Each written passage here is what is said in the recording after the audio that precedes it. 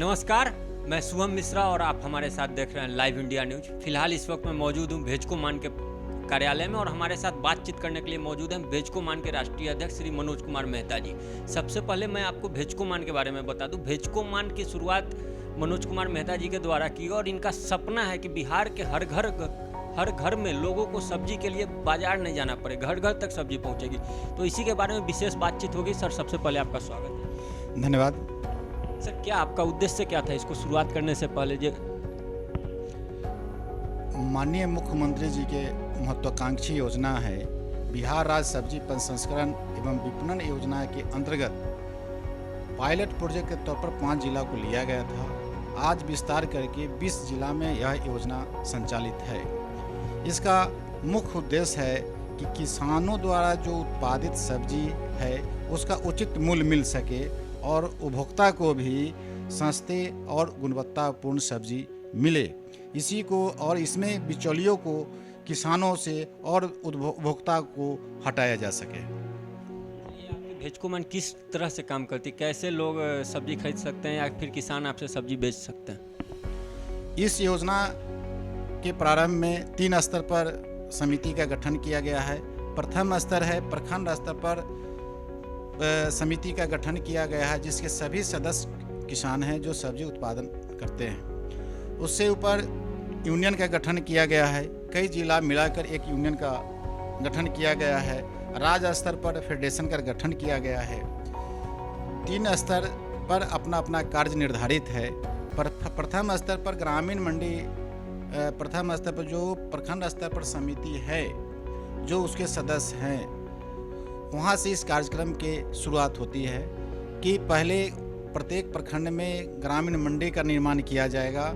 वहाँ पर सब्जी का संग्रहण होगा, ग्रेडिंग किया जाएगा और छोटा कोल्ड स्टोर का भी निर्माण प्रत्येक प्रखंड में करने का प्रस्ताव है। सभी किसान अपने उत्पाद को उस मंडी तक लाएंगे। वहाँ पर कुछ ओपन मंडी भी होगा जो किसान अपने स्तर से सब्जी को बेच सकेंगे और जो अपने बेचने में सक्षम नहीं है या उनके वहाँ से ज़्यादा उत्पादन है, वहाँ की कलेक्शन सेंटर में अपने सब्जी को दे देंगे। जैसे कि सुधा डेयरी काम करती है, ठीक उसी तर्ज पर इसको भी बनाया गया है। और भेजको मान जो है पूरे मार्केटिंग की व्यवस्था करती है। जो समिति प्रखंड समिति में जो सब्जी परचेज होगा उसका विपणन की व्यवस्था भेजको मान संघ के द्वारा किया जाएगा। राज्य के अंदर, राज्य के बाहर, देश के बाहर भी व्यवस्था की जा रही है। हम लोगों ने राज्य के बाहर भी सब्जी बेचने का काम किया है और बिहार राज्य में पटना शहर में लगभग 150 सब्जी बिक्री केंद्र खोलने का प्रस्ताव है। वर्तमान में हम लोग 4 ग्रामीण सब्जी बिक्री केंद्र की खोलने का टेंडर कर दिए हैं। यथाशीघ्र वह शुरुआत हो जाएगा। प्रखंड स्तर पर ग्रामीण मंडी जो बनना है उसको लगभग 1 साल पूर्व हम लोग भवन निर्माण निगम को सौंपा था, लेकिन उसमें हम लोग सफल नहीं हो पाए हैं। उस पर हम लोग विचार कर रहे हैं कि उसको कैसे बनाया जाए। संभावना है कि उसको हम लोग यू टर्न लेंगे और उस पर तुरंत विचार करते हुए नए ढंग से ग्रामीण मंडी बनाने पर विचार करेंगे। पटना में भी किस एरिया में सप्लाई कर रहे हैं आप लोग सब्जी? पटना में लगभग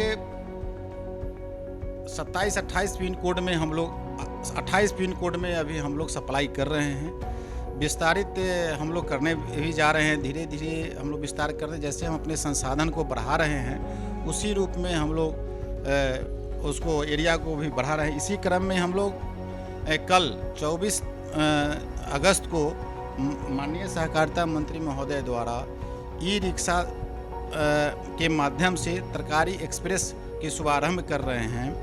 पूर्व में भी हम लोग चलंत वाहन के माध्यम से सब्जी बिक्री का काम शुरू किए थे, किंतु पर्यावरण को देखते हुए ई रिक्शा के माध्यम से हम लोग इसको शुरू कर रहे हैं ताकि पर्यावरण को भी हम लोग सुरक्षित रह सकें, उसको बचाया जा सके। पहले चरण में कितने ई रिक्शा को प्रयोग में लाया जा रहा है आप लोग की तरफ से?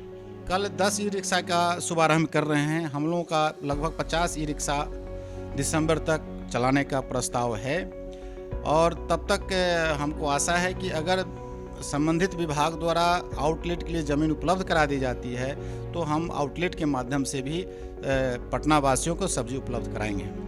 पटना वासी अगर आपके तरकारी से अगर ऑर्डर करना चाहें तो कैसे ऑर्डर कर सकते हैं सब्जी? हमारा ऐप है तरकारी मार्ट पर जाएंगे, उसको लॉगिन करेंगे, उस पर सारी सब्जी का रेट है, सब्जी का नाम है, उसी के माध्यम ऐप के माध्यम से सब्जी का ऑर्डर कर सकते हैं। वर्तमान में 250 रुपया से कम का ऑर्डर हम लोग अभी नहीं ले रहे हैं, आगे इस पर पुनर्विचार किया जा सकता है। और कितने देर में डिलीवरी हो जाती है? जब इसकी हम लोग शुरुआत किए थे तो 24 घंटा में हम लोग रखे थे, लेकिन अभी है कि प्रतिदिन अगर 10 बजे तक आप ऑर्डर कर देते हैं तो सेम डे में हम आपका डिलीवरी दे देते हैं, लेकिन 10 बजे के बाद करते हैं तो हो सकता है कि हम आपको कल होकर सुबह में आपको डिलीवरी दें। धन्यवाद। तो ये थे हमारे साथ भेजकोमान के अध्यक्ष श्री मनोज कुमार मेहता जी, जिन्होंने साफ तौर पे बताया कि पटना के लोगों को अब सब्जी खरीदने के लिए घर से बाहर निकलने की ज़रूरत नहीं है, वह तरकारी मार्ट ऐप पर जाएँ, ऑर्डर करें और उनको जो है घर बैठे बैठे ही सब्जी मिलेगी, शुद्ध एवं ताज़ा सब्जी जो है एकदम घर बैठे बैठे ही एक दिन के अंदर में ही मिलेगी। पहले इनका था कि 24 घंटे का समय लगता था, लेकिन अब जो है अगर आप 10 बजे सुबह तक ऑर्डर कर देते हैं तो सेम डे में आपको जो है सब्जी मिल जाएगी।